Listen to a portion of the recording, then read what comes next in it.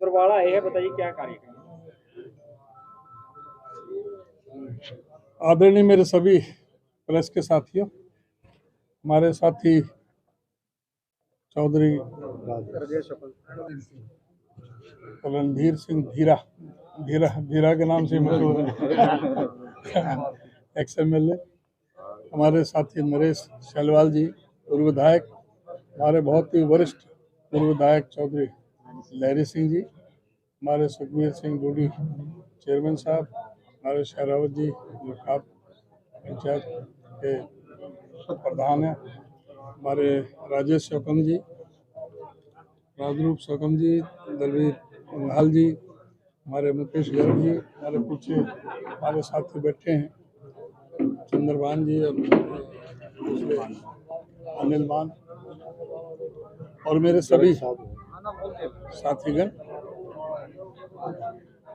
मैं सबसे पहले आप सबका स्वागत करता हूं। आपकी प्रेस कॉन्फ्रेंस आज मैं पहली बार मैं बरवाला में आया हूं।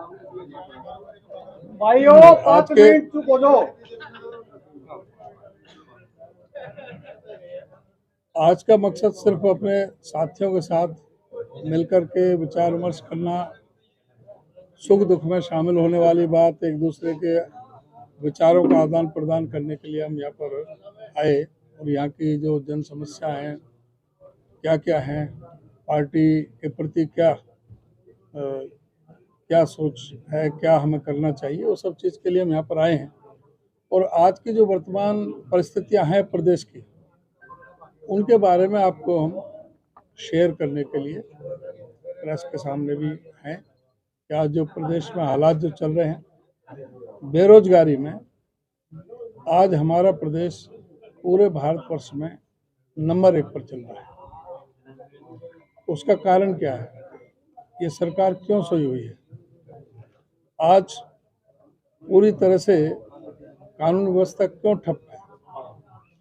आज क्या कारण है जो खनन माफिया इस तरह से हावी हैं? कहीं शराब के घोटाले हो रहे हैं, कहीं चावल के घोटाले हो रहे हैं, कहीं धान घोटाले हो रहे हैं, नौकरियों की नीलामी लग रही है।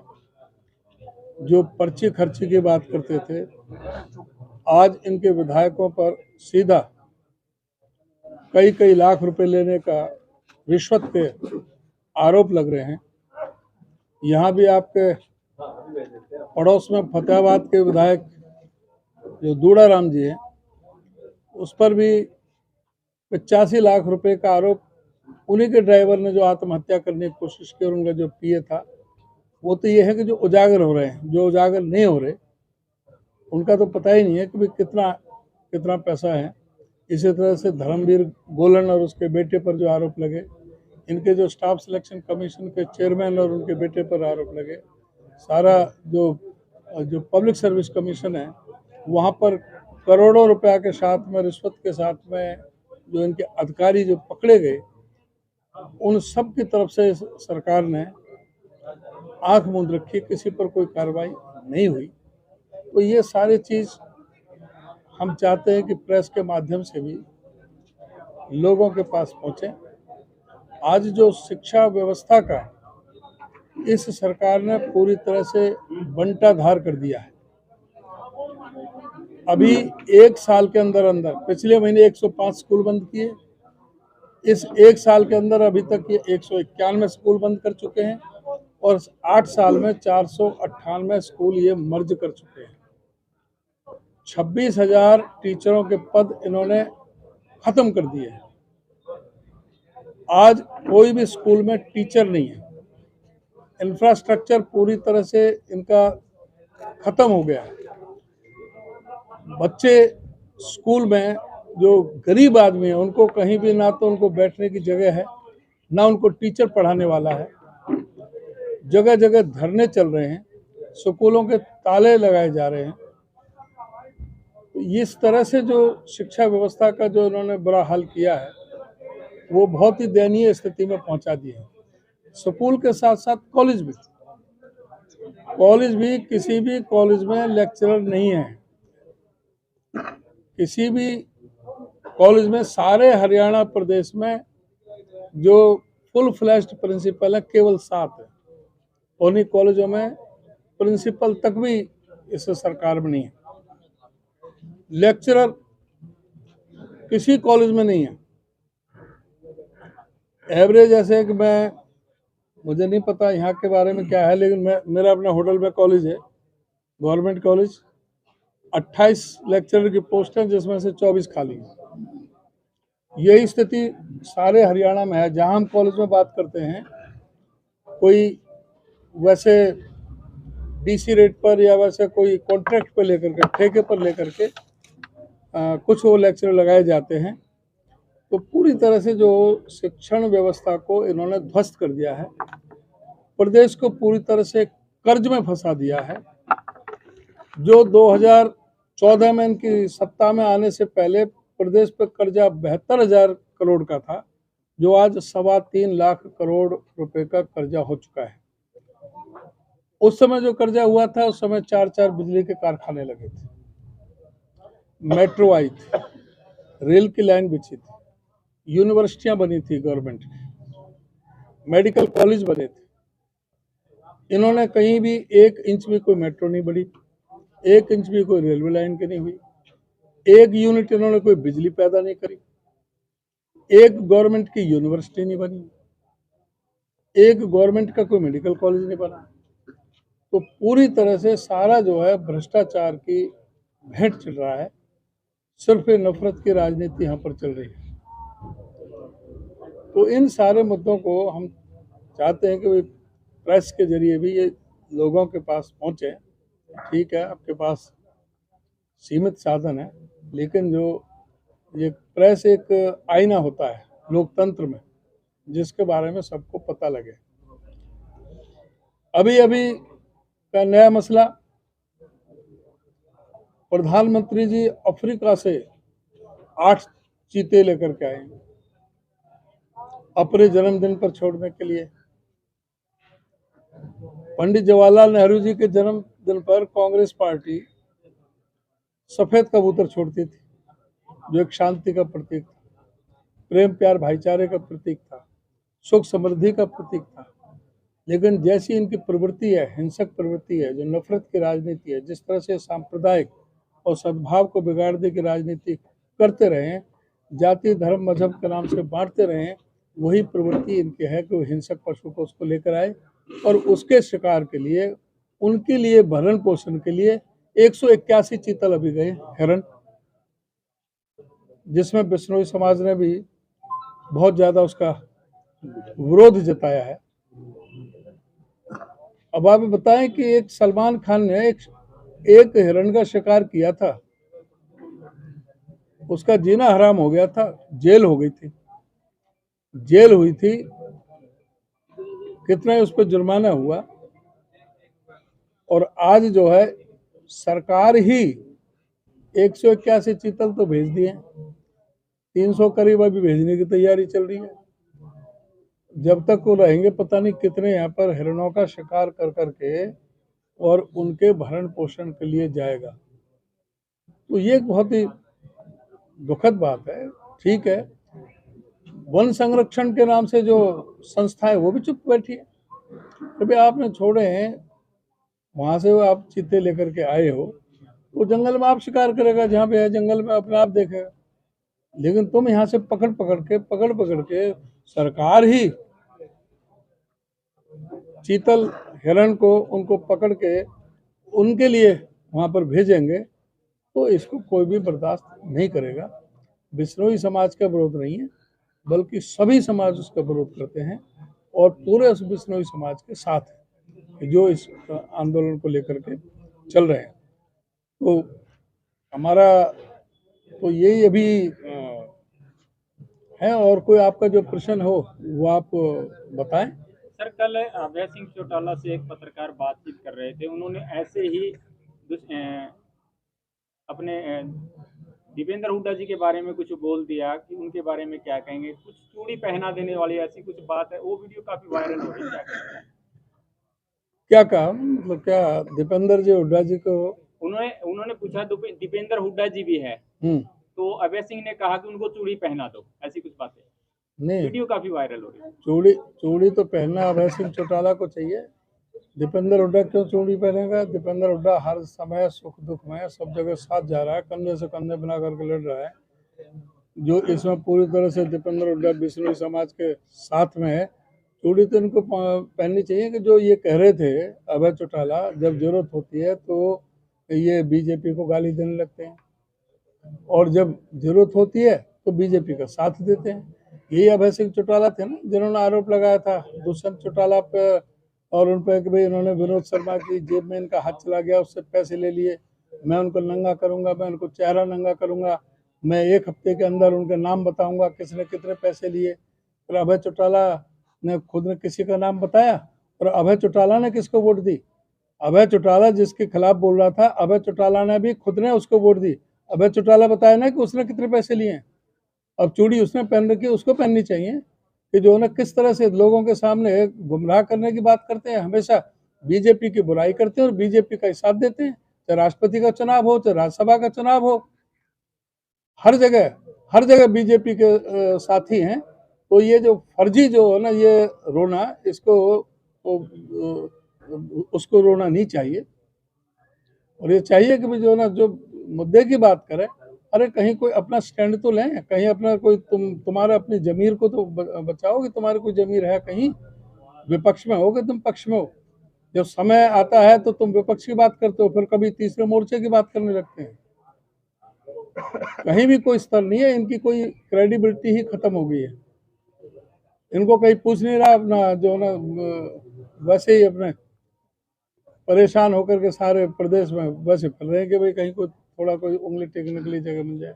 आदमपुर चुनाव की बात करें तो कांग्रेस पार्टी की क्या कुछ तैयारी है? आदमपुर चुनाव में कांग्रेस पूरी तरह से तैयार है। ये कांग्रेस की सीट है, कांग्रेस बहुत अच्छे बहुमत से यहाँ पर जीतेगी, क्योंकि आदमपुर की जनता को पता है कि कुलदीप बिश्नोई ने उनके विश्वास को ठगा है, उनके विश्वास को धोखा दिया है, कांग्रेस पार्टी की पीठ में छुरा घोंपने का काम किया है और कभी भी कुलदीप बिश्नोई ने आदमपुर की जनता के लिए आवाज नहीं उठाई। और की तो बात छोड़ो, जब ये मेंबर पार्लियामेंट थे तो इन्होंने कभी जो है ना या एमएलए के इन्होंने एक नया पैसा भी कहीं कोई ग्रांट भी अपने विधानसभा के हल्के में नहीं दी। इनको तो लोगों से बदबू आती है। ये दिल्ली में बैठे रहते हैं, 6 महीने विदेश में रहते हैं, 6 महीने दिल्ली में रहते हैं, एरिस्टोक्रेट आदमी है।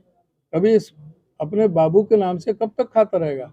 कई बार बना लिया, बाबू को भी धोखा दे दिया, उसको भी पता नहीं। बापू अच्छी तरह ठीक से थे, उनको भी अपना मुख्यमंत्री बनने के लिए अलग से पार्टी बना ली हजका को। फिर कहता कि मैं बीएसपी के साथ बनाऊंगा, फिर कह रहा कि मैं बीजेपी के साथ बनाऊंगा, मैं मुख्यमंत्री रहूंगा। फिर कहने लगा कि बीजेपी बिश्नोई समाज से, मैं कहता हूँ उस पर कभी भरोसा मत करना, ये तो बहुत धोखेबाजों की पार्टी है। इन्होंने हमें धोखा दिया है, बिश्नोई समाज को धोखा दिया है। किसी को भी वोट दे लेना, लेकिन इसको बीजेपी को वोट मत देना। अब क्यों थूक के चाट रहा है? अब क्यों किस लिए बीजेपी की गोदी में बैठ गया? अब क्या वहां पर मुख्यमंत्री का दावेदार है? क्या खट्टर की जगह बनने वाला है?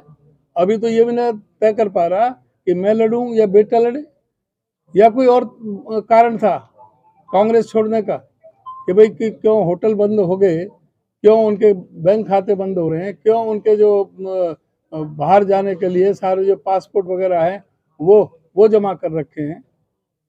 ईडी का तो कोई दबाव नहीं था, सीबीआई का तो कोई दबाव नहीं था। ये तो जनता के सामने बताए कि कारण क्या था जिसकी वजह से जनता को इलेक्शन में झोंका जा रहा है। आदमपुर की जनता ने तो उनको 5 साल के लिए चुना था, उन्होंने इसलिए थोड़ी चुना था कि तुम उनके विश्वास को धोखा दे करके और तुम उस पार्टी के साथ चले जाओ जिस पार्टी के साथ तुम विरोध करते रहे हो। सर, आदमपुर से कौन कैंडिडेट होगा चुनाव में? कैंडिडेट अभी आप इलेक्शन तो डिक्लेयर होने दो, अभी से सारे पत्ते आपके सामने खोल देंगे तो फिर हमारे पास क्या बचेगा?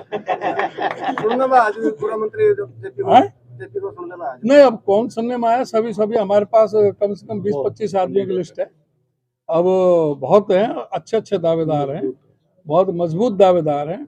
आदमपुर के भी हैं, सभी जातियों में से हैं, बैकवर्ड में से भी हैं, बिश्नोई में से भी हैं, जाटों में से भी हैं, बाहर के भी हैं, अंदर के भी हैं, सभी। हम सारी चीज जो है ना अभी आपको कैसे बताएंगे? उस समय आप इलेक्शन डिक्लेयर कराओ, वो आपके सामने आ जाएगा। सर, केंद्र सरकार बाहर से चीजें लेके आई है। इस देश में कोविड के बाद तो हालात देखे गए, मेडिकल सुविधाओं के हालात देखे गए, पर्यावरण के हालात देखे, स्कूल कॉलेजों के हालात देखे गए। क्या इतना पैसा सरकार वहां पे लगा रही है? क्या इस देश को आगे बढ़ने के लिए क्या इन चीजों की चीजों की जरूरत है? क्या धर्मों की जरूरत है? और क्या मंदिर मस्जिदों की जरूरत है? इस सरकार ने हमेशा इवेंट मैनेजमेंट की इन्होंने प्रक्रिया की है सब जगह। इनका जनता के सुख दुख से कोई मतलब नहीं। इनकी राजनीति ही सांप्रदायिकता के आधार पर टिकी हुई है। जाति, धर्म, वर्ग, संप्रदाय, मंदिर, मस्जिद, मंडल कमंडल के आधार पर ही है। इसी तरह से ये लोगों को बांटने का काम करते हैं, जो कि सरकार का काम नहीं होना चाहिए।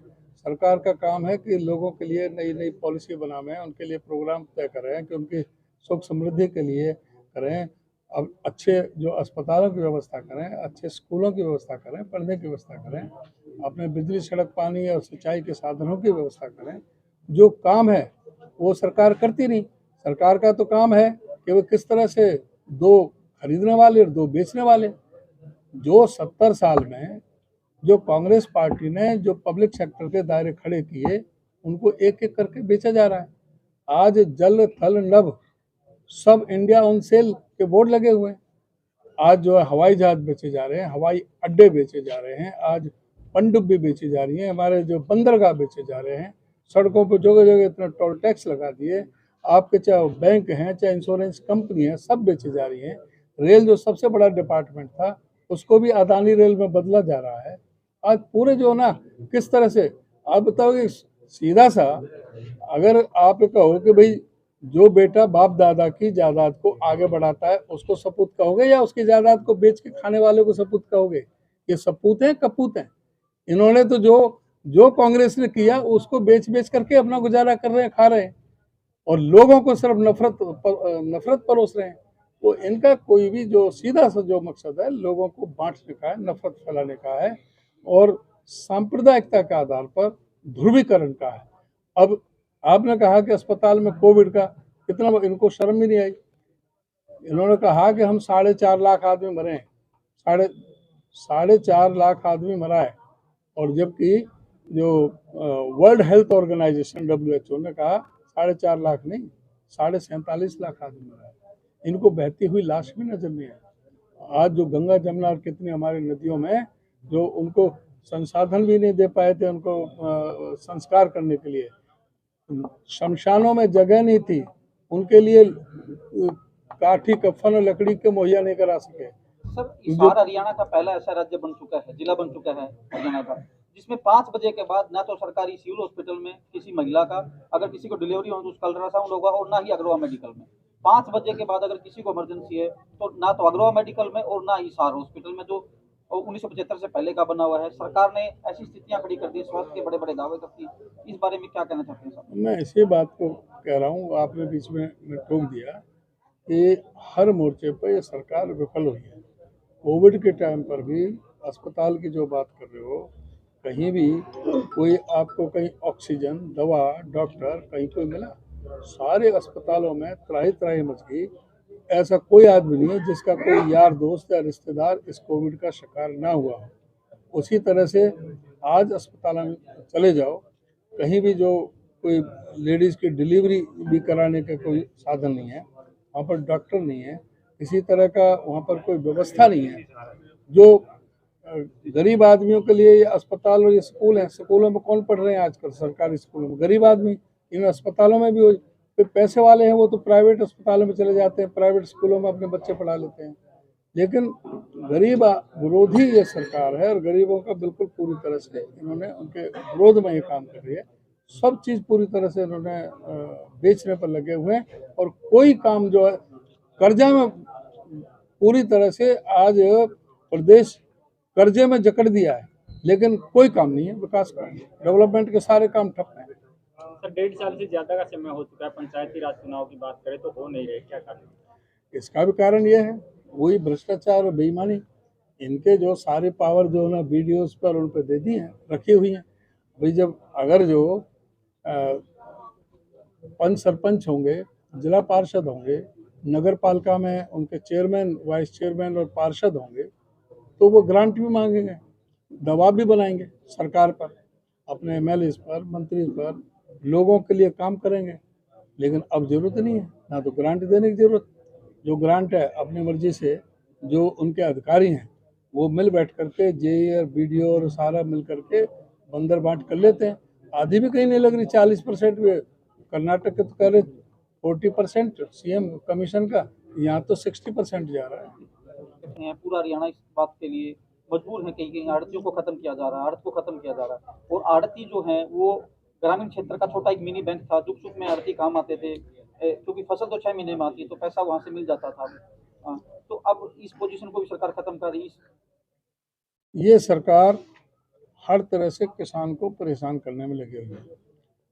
कृषि कानून जिनका विरोध किसानों ने किया, 712 लोगों ने अपने प्राणों का बलिदान दिया, उनको भी अब इनडायरेक्ट रूप से ये लागू कर रहे हैं। ये मंडियों में से आड़तियों को ख़त्म करना चाहते हैं और साथ ही जो किसानों के लिए जो ई पोर्टल की इन्होंने जो व्यवस्था की है, जो उससे किसान पूरी तरह से दुखी है। और इन्होंने उस पर बैन लगा रखा, कैप लगा दिया कि भाई इतने से ज़्यादा आपका 25 क्विंटल से ज़्यादा धान पैदा नहीं कर सकते आप एक एकड़ में। आप बताइए कि धान तो 30 क्विंटल भी हो सकता है, 25 क्विंटल थोड़ी, लेकिन वो जो बाकी धान है वो कहाँ जाएगा। आज जो धान मंडियों में पड़ा हुआ है कोई खरीदने वाला नहीं है। 15 जून के बाद में धान की बिजाई शुरू होती है, 90 दिन चाहिए। 15 सितंबर से धान की परचेज शुरू हो जानी चाहिए थी। पूरे हरियाणा में एक दाना अभी तक खरीदा नहीं। अब ये कह रहे हैं कि हम पहले अक्टूबर से खरीदेंगे, जब तक काफ़ी किसानों का तो धान लुट पट जाएगा।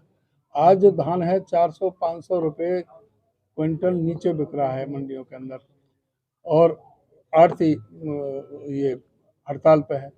तो पूरी तरह से आज किसान भी परेशान है और व्यापारी आड़ती परेशान है। बाजरा है हमारे दक्षिण हरियाणा में, जो भिवानी और महेंद्रगढ़ और मेवात तक बाजरा होता है, बाजरे का इनका 2350 रुपये का रेट है सरकारी, लेकिन 1600-1700 रुपये में बाजरा बिक रहा है। पिछले साल 2250 रुपये था रेट, 2250 में पिछली बार भी बाजरा 1600-1700 में। तो इन्हीं खट्टर महाराज ने ये पब्लिकली ये घोषणा की थी कि जो ये बाजरा कम बिक रहा है हम तो खरीदेंगे नहीं, लेकिन भावांतर योजना के तहत हम इन किसानों को जो भरपाई करेंगे वो पैसे देंगे। लेकिन ये फूटी कौड़ी नहीं दी। ये इतने झूठे लोगों की सरकार है कि इन्होंने एक फूटी कौड़ी किसान को नहीं दी, और अभी भी जो ना इस साल भी लुटाई हो रही है सभी की। तो ई पोर्टल पर पूरा बैन लगा रखा है कि भाई इतने से ज़्यादा तुम अपने किसान अपनी मेहनत करके खून पसीना एक करके लेबर अपना लगाता है। आज के जो ये कहते हैं भाई किसानों की आमदनी हम दुगनी कर देंगे 2022 में, इन्होंने दुगनी नहीं आधी कर दी, पहले से आधी कर दी पहले से। कहाँ डीजल का रेट पहुंच गए, कहाँ पर मजदूरी के रेट पहुंच गए, हर चीज़ के जो खाद के जो फर्टिलाइजर है उसके रेट कहाँ से बेतहाशा जो बढ़े हैं। तो कीटनाशक दवाइयाँ हैं उनके पैसे बढ़े हैं, लागत बढ़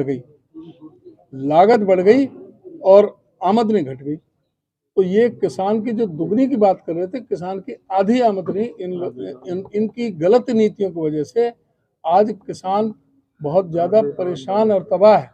आज सबसे ज़्यादा किसान जो है अपनी आत्महत्या करने में लगे हुए हैं सारे देश में, सभी जगह। तो इनकी गलत नीतियों के कारण आज पूरी तरह से ये सरकार किसान विरोधी, दलित विरोधी, पिछड़ा विरोधी, हर आम आदमी की विरोधी है। अब आप बताएं कि वृद्धावस्था गरीब आदमियों का ये सम्मान पेंशन लागू हुई थी चौधरी देवीलाल जी के टाइम में, उसके बाद चौधरी भूपेंद्र सिंह हुड्डा ने और राजमा बढ़ाया पैसा। उसके बाद इन्होंने कहा हम 5000 रुपये पेंशन देंगे सरकार बनते ही। वो 5000 तब तक हुई नहीं। दुष्यंत चौटाला से पूछना चाहिए कि 5000 जो पेंशन कही थी वो क्यों ना करी उस समय। इन्होंने सीधा 5.25 लाख बुजुर्गों की पेंशन एक कलम से काट दी। अभी महीने 1.5 महीने पहले 5.25 लाख लोगों की पेंशन काट दी। तो ये बुजुर्गों से भी क्या दुश्मनी निकालने का लग रहा है। उसमें भी जो है ये कह दिया कि 1,80,000 से जिसके परिवार में जो परिवार पेंशन कार्ड जो बनाया, जिसके परिवार में 1,80,000 से ज्यादा की आमदनी है साल की, उसको पेंशन नहीं देंगे। तो ये बुजुर्गों के साथ भी इस तरह का व्यवहार ये कर रहे हैं। और हमारी पार्टी ने फैसला लिया है कि हमारी पार्टी अभी 1.5 साल पीछे जो चुनाव होगा, सत्ता में आती है, तो हम बुजुर्गों की पेंशन जिस दिन सरकार बनेगी पहले महीने से ही 6,000 बुढ़े के, 6,000 बुढ़िया के 12,000 रुपये महीने पेंशन देंगे। 300 यूनिट हम बिजली जो उन्हें फ्री देंगे। जो गरीब आदमियों को जो पहले प्लॉट की स्कीम थी 100 गज की, 3,92,000 प्लॉट दिए गए थे पहले, दोबारा से गरीब आदमियों को 100 गज के प्लॉट देंगे। SC कमीशन का गठन होगा। पिछड़ी जातियों का जो इन्होंने बंद कर दिया, जो अभी नगर पालिकाओं में भी और उनमें भी जो चुनाव हुए, उनकी BCA की वो रिजर्वेशन ही खत्म कर दी, उसको रिजर्वेशन बहाल होगी। और BCA को पूरा जो है, उसमें भी BCA भी सबसे गरीब तबका है, उनका पूरी तरह से सम्मान दिया जाएगा। अलग से उसका आयोग बनाया जाएगा। उनके BCA को BCB से अलग रखेगा। ये BCB के शिकार हो गए BCAB वाले, उनका भी हम अलग से करेंगे, जिससे कि वो उनको सम्मान मिले, उनकी जो समस्या है उनको वो आगे आ सके।